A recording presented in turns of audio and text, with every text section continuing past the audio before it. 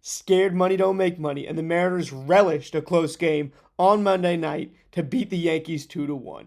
Welcome to the Dom Skiing Channel, your one-stop shop for the Mariners storylines on Seattle's mind, and that's right. Mariners beat the Yankees 2-1. First game of 4 versus the Yankees. Game 5 out of 162 overall in the season. Out hit the Yankees 9-5. You deserve to win this game. Expected batting average is not high for either team, but it doesn't matter. You look at the WPA leaders here. Luis Castillo, who we're going to start off talking about, then Brendan Donovan and Cole Young also with excellent games. But Luis Castillo being on attack mode just out the gates. Scared money don't make money. And when Luis Castillo is scared, he's not throwing his pitches in the zone. He's not really, going to get these guys to chase. Then it doesn't work out as well. But when he goes after these teams, it usually goes well. And there's maybe, these few blow up starts that you're worried about. You can't be worried about with Luis Castillo. You got to focus on the positive and not the negative. And when you focus on the positive, you went after the Yankees, and the line ended up great in the box score. 6 scoreless shutout innings, 2 hits allowed, 7 strikeouts to 2 walks on 95 pitches. Only 3 hard hits allowed on 95 pitches. Dominant at limiting the contact, the hard contact, and dominant at limiting the contact overall. 2 hits. 17 swinging strikes on 95 pitches is prime stuff. That is strikeout artist. There's not a single pitcher in baseball who's going to average a 17% swinging strike rate this year. And this was, up in the 20 percentile range for swinging strike rate. This is better than anybody's going to average all year in Major League Baseball. This had the look, the data, and the feel of a top 15 pitcher in baseball. You had a feeling like, oh, we got The Rock, we got La Piedra, we got Luis Castillo on the mound. We're going deep into this game, and we're going to be tough to beat tonight.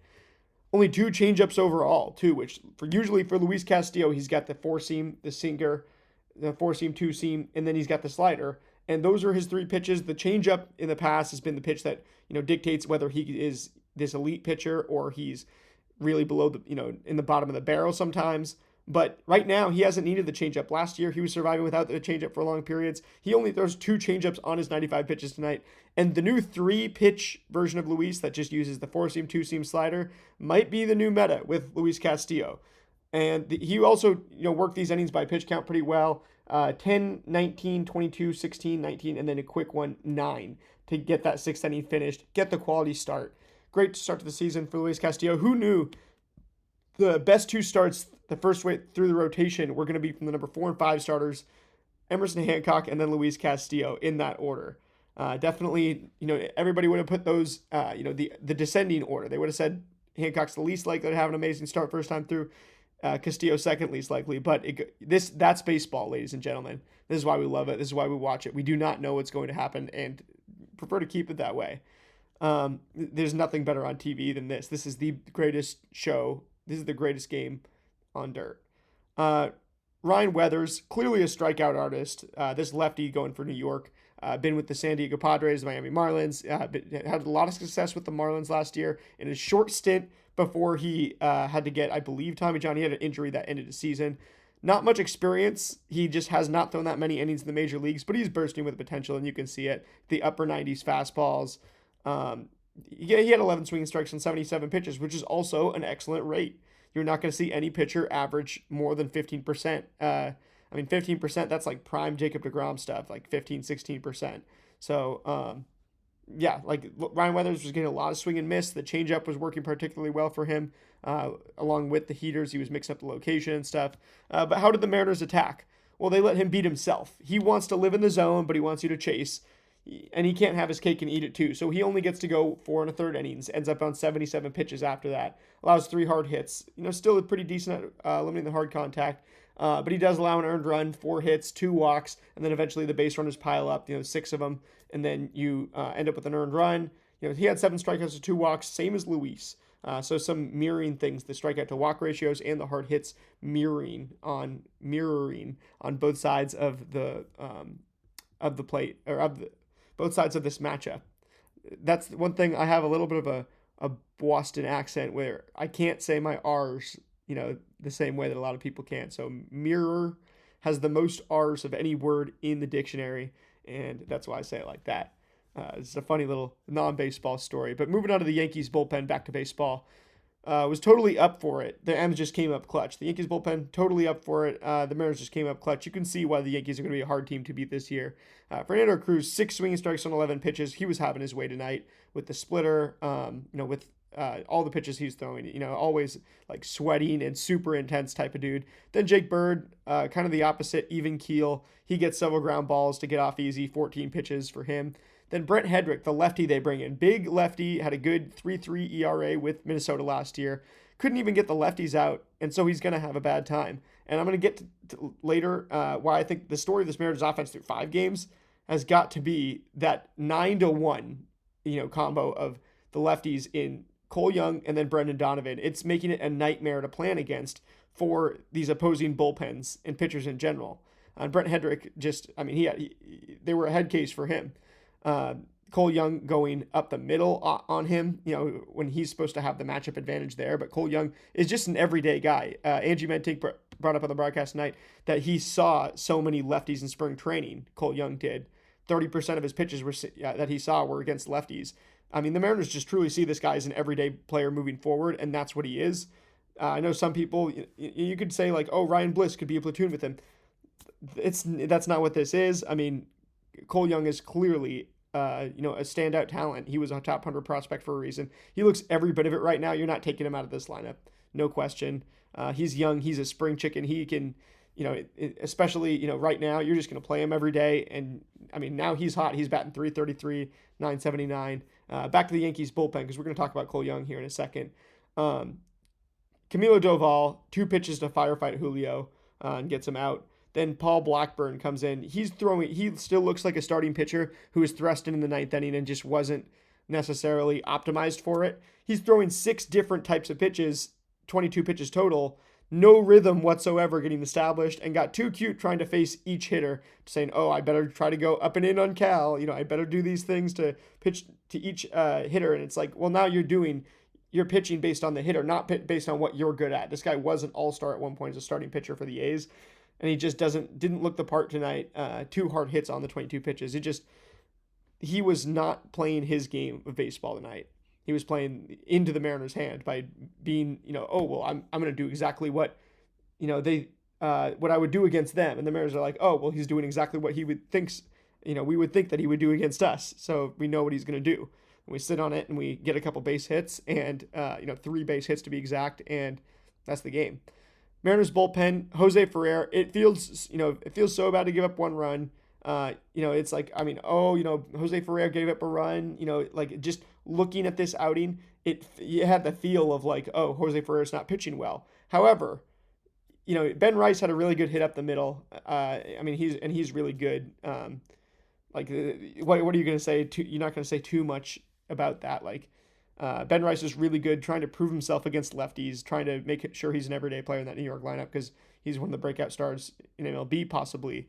And this outing is not half as bad with context. Jose Ferrer still hasn't given up an earned run this year in the 2 appearances that have not been optimal. It wasn't even an earned run he gave up. It was a run. He gave up a hit, got an out and threw 15 pitches. Didn't strike out or walk anybody. Got hard hit twice. He does get hard hit. If there's one thing that's a little bit worrisome, it's that Jose Ferrer's giving up quite a few hard hits in not too many pitches.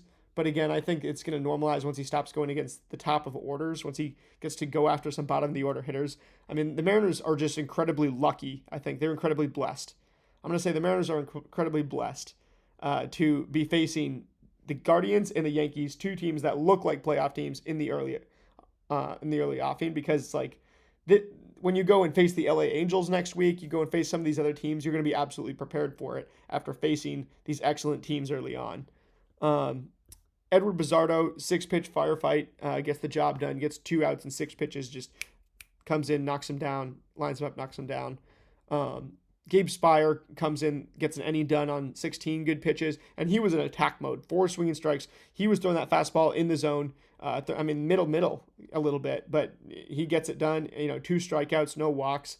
Does allow a hit, but no hard hits. Like Gabe Spire looks like, even though he's given up a few runs in the World Baseball Classic, gives up a few runs in spring training, gives up a few runs in the beginning of the season. he's still in attack mode, and that's great to see because things are going to normalize. And our contract killer, Gabe Spire, is still the assassin that we know and love. Um, uh, Matt Brash just throws sliders and it works. 4 out of 17 pitches were swinging strikes, and he just keeps throwing them his two sliders, and it works out. He throws 14, so 82% slider. Then he throws 6% changeup, which is one. Then one sinker and one four seam fastball, just to keep things a little bit mixed up. But 17 pitches, 14 sliders. That's exactly what you want to see from Matt Brash, and it works. It works very well. Mariners offense deserved to win. You out hit the New York Yankees 9-5, only get out walked 2-3, and outcade 11-10. I mean, it's a battle. It was a close game. The Yankees knew that. They were kind of on edge. You could see Aaron Boone pulling some gamesmanship to get Camilo Doval some extra seconds to warm up and stuff. You deserve to win. You out hit the New York Yankees 9-5. Leo Rivas, I was just thinking with this game, watching Jose Caballero as well, who was good in this game, and so was Leo Rivas. When it's a game where you think, oh, the big stars might play a big role, right? It's the, Aaron Judge, Cal Raleigh MVP matchup. Funny enough, Cal Raleigh doesn't even start the game. But these are the exact type of games, strikeout artists going against each other on the mound, people, maybe expecting some home runs. Those are the games where the Leo Rivas and this Jose Caballero types come in and say, oh, I'll just eat up everything in the meantime. I'm just going to go ahead and put my team up in this game. While you guys all talk about, the homers and the strikeouts. And so Jose Caballero has a good game, but so does Leo Rivas. Leo Rivas does those same things, being a pest, being just a super good defensive player who could play all over the place, also a switch hitter, and then, just super versatile in general. And Leo Rivas ends up, pulling the ball with no fear for 2 base hits on the night. J.P. Crawford is still going to factor into this team huge once he comes back and stuff, but Leo Rivas is he's becoming a harder guy to take out of this lineup the way that he's playing right now. And then Cole Young, we got to just talk about the young breakout star, the most exciting, the biggest ascending piece on the Mariners is Cole Young by far, and it's not close. 3 for 4 tonight, 2 hard hits, gets a lefty on lefty hit, pulls it twice and goes up the middle once. What's not to like? He 2 singles and a double, and then in the 9th inning, a broken bat fly out was the only thing that kept him from a 4 for 4 night. So he ends up breaking his bat. Looks like an uppercutish swing. It was a pitch down and out of the zone, but and he did break his bat on it. But if not, there's a slight adjustment there where it looked like he got a lot of wind on it. He might have had a homer, and we might be talking about Cole Young a triple shy of the cycle with a walk-off 2-run bomb. That is entirely possible the way that that at bat looked, and that's focusing on the bad at bat of the night. The other ones, he rips singles with full of confidence plus a double. Cole Young is batting .333 with a .979 OPS. You do not have to worry about Cole Young. He is just fine. I'm loving watching him break out right in front of our eyes, and this is, the story of the Mariners offense so far. Brendan Donovan, but also Cole Young, which we're going to get to a little more in just a second. But Randy Arozarena, he's batting .294, 1 for 4, 2 hard hits tonight, and a run scored. It's great to see Randy Arozarena getting off to a hot start and stuff. And his eye is just better than we ever think it is. He has such good pitch recognition skills. He does not swing at sometimes these pitches that are super close, but if something is in the zone, he usually sees it and stuff. So I think Randy Rosenreina's got some elite traits that don't always show up. Like, he does take some pitches that are on the outside of the zone too, and ends up striking out looking a little bit. But I really like Randy Arozarena is the streakiest player in baseball because he has skills that are always just burgeoning under the surface, and then when they come up, it's they're super apparent. And then when they go back down, it's tough to he still looks like he's playing well. Is the funny thing. And Cal Raleigh, we got to talk about Cal Raleigh. Long fly ball wins the. This is kind of just some live little notes that I had right before. I'm like, okay, a long fly ball wins the game here in the 9th inning. This is me before it happens. I'm thinking sac fly, as he did the last time he came up when he pinch hit. He had the same opportunity, sac fly to put your team up, likely to win the game. This time it would be a walk-off sac fly. And I'm like, man, he's getting pitched around so hard this year and planned for like crazy. Every time he comes up to the plate, past the fifth inning, there's a mound visit, there's a whole attack plan for Cal Raleigh or a defense plan, right? Cal Raleigh is getting pitched around like crazy because we've seen so many guys in MLB history have an MVP type year and then get pitched around. It's happened to Cal Raleigh right now, absolutely. So I'm like, okay, they're probably not going to throw him anything good. They're really going to try to mix in the junk. They're really going to be as crafty as possible. This is the person that their advanced scouts, shout out Rohan. If by some off chance you're watching this, this is who their opposing advanced scouts are looking at the most. I mean, it has to be like Cal Raleigh is the guy who you're like, oh, well, we just can't let him beat us. If somebody else beats us, we can live with it. But you can't keep him down forever. He gets something over the plate. So he knows the junk is coming the second pitch. The first pitch, it's way up and in. And the swing he puts on it is still competitive, showing the athleticism. And it's like, okay, well, he's not going to get a pitch to hit the second pitch. They're not going to throw him anything to hit. And so he knows the junk is coming. It's something absolutely in the dirt. And then the next pitch after that, Paul Blackburn gets something over the plate just a little bit up and in and pulls the living daylight out of it. Cal does down the line to walk it off. A very athletic swing, a very competitive swing, and wins the game for the M's on his day off on just one of the better singles you'll ever watch. And in the post-game interview, he said he was just trying to square something up like Edgar and Seitz say. That being Edgar Martinez, Kevin Seitzer, and also shout out Bobby Magallanes, the hitting coaches for the Mariners.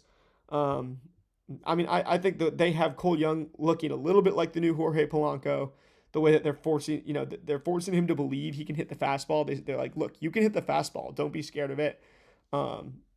He's so good at hitting the breaking balls and noticing them already. So I think Cole Young could look like the new Jorge Polanco. I think that stat line could be in the cards for Cole Young. I think, with Cal Raleigh, what they're doing just allows him to,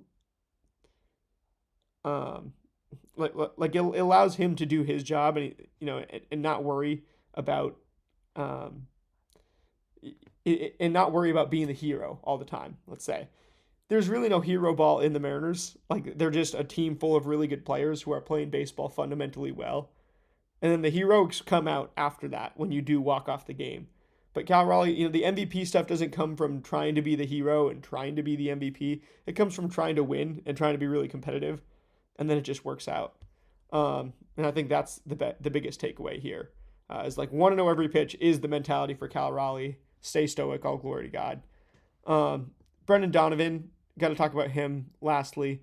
Donovan, and specifically, I want to say in the context of Donovan and Young, because we know, Brendan Donovan is on fire to start the season. Anybody will tell you that. He's just putting great level swings on the ball. And, he's pulling it a whole lot. He's pulled it for homers really hard twice. He's also pulled it into the outfield a whole lot. And, it just feels like especially the last 2 days, every time he wants a base hit, it's like, man, I'm just going to go get a base hit. Donovan and Young is just they both hit lefty on lefty singles off, lefty on lefty crimes off of Brent Hedrick, and that nasty 9-1 combo where you flip the batting order. You got Young hitting last and then Donovan hitting leadoff. That combo is making planning a nightmare for opposing bullpens because they're both hitting off of lefties. So you put in a lefty to face them, but they're both hitting well off of lefties. You can't put righties in against both of them. Brendan Donovan mashes righties, and Cole Young theoretically will too. It's like, what are you going to do versus these guys? You've got two lefties who are hitting both sides of the plate extremely well for contact and for power on opposite sides of the order where you have to flip it. And it just makes the planning for what are we going to do each time through the order that much tougher. I think that is the story of the Mariners offense so far. That's the most exciting thing in the lineup right now. Then defense, Mitch Garver, I guess he called a good game because Cal said that in the postgame. He said, credit to Garver, he called a great game. That was like one of the main things that he wanted to shout out. And I was like, well, I'm just thinking to myself, was Cal just being nice? And I'm like, well, it seemed optimal and it worked out well. You hold the Yankees to 7 base runners all night, maybe 8. And yeah, I think that's like it seemed like and all the pitchers seemed to have their stuff, especially Luis. Um, I guess the one last thing we're going to talk about before we get done is the ABS, where the Yankees went off challenging the Mariners 5 times and winning all of them. And there was one inning where they were just challenging, and getting it right. It was the same pitch, the low breaking ball from Castillo, like the low middle breaking ball, and it was the same pitch every time, and they were getting it right every time. And the Mariners didn't even challenge a single pitch on the ABS, but pretty funny. Just go ahead and put this here at the very end, just so that you can take a look at it. Yeah, this is hilarious. I mean, look at that. It's all the same pitch. What's the Office meme? They're the same picture. It's like corporate wants you to find the difference between this picture and this picture. They're the same picture. Jose Caballero did 2 of them for crying out loud. The 1 and 2. One was this one. Then 2, 3, 4. Yeah, it was all innings 3 and 4 too. So I mean, it just felt like back to back to back. The Yankees are. I mean, and it felt like they felt a chip on their shoulder to go and tie this game up. You could see Aaron Boone was getting antsy. It was just kind of a fun game overall where the Yankees felt like they had to come back against the Seattle Mariners. I think that's going to do it for tonight. Let me know what you thought of this game in the comments down below, and I will talk to you guys tomorrow. Go M's. And remember, as long as you go 1-0 every pitch, stay stoic, and give all glory to God, you can't lose. Now I'll see you all tomorrow. Go M's.